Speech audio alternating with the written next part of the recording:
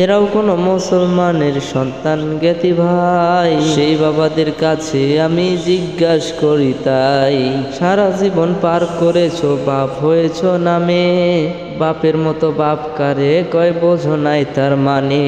পারিবারিক শিক্ষা যদি না পাই কোনো ছেলে, বলবো না ভাই ওই বাবাকে বন্দি করো জেলে। সঙ্গ দোষে নষ্ট হইছে বাপের কি বা দোষ, বাপ হইল ব্যস্ত মানুষ দুনিয়া বেহোশ। কাহার সাথে আড্ডা মারে কখন কোথায় যায়, ছেলে এখন বড় হইছে খবর রাখে নাই।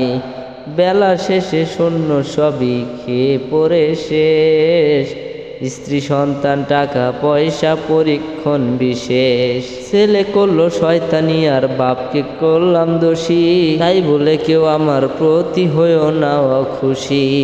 মানো কিংবা না মানো ভাই এটাই সত্যি কথা, দায়ুস কবু জান্নাত পায় না প্রিয় নবীর কথা।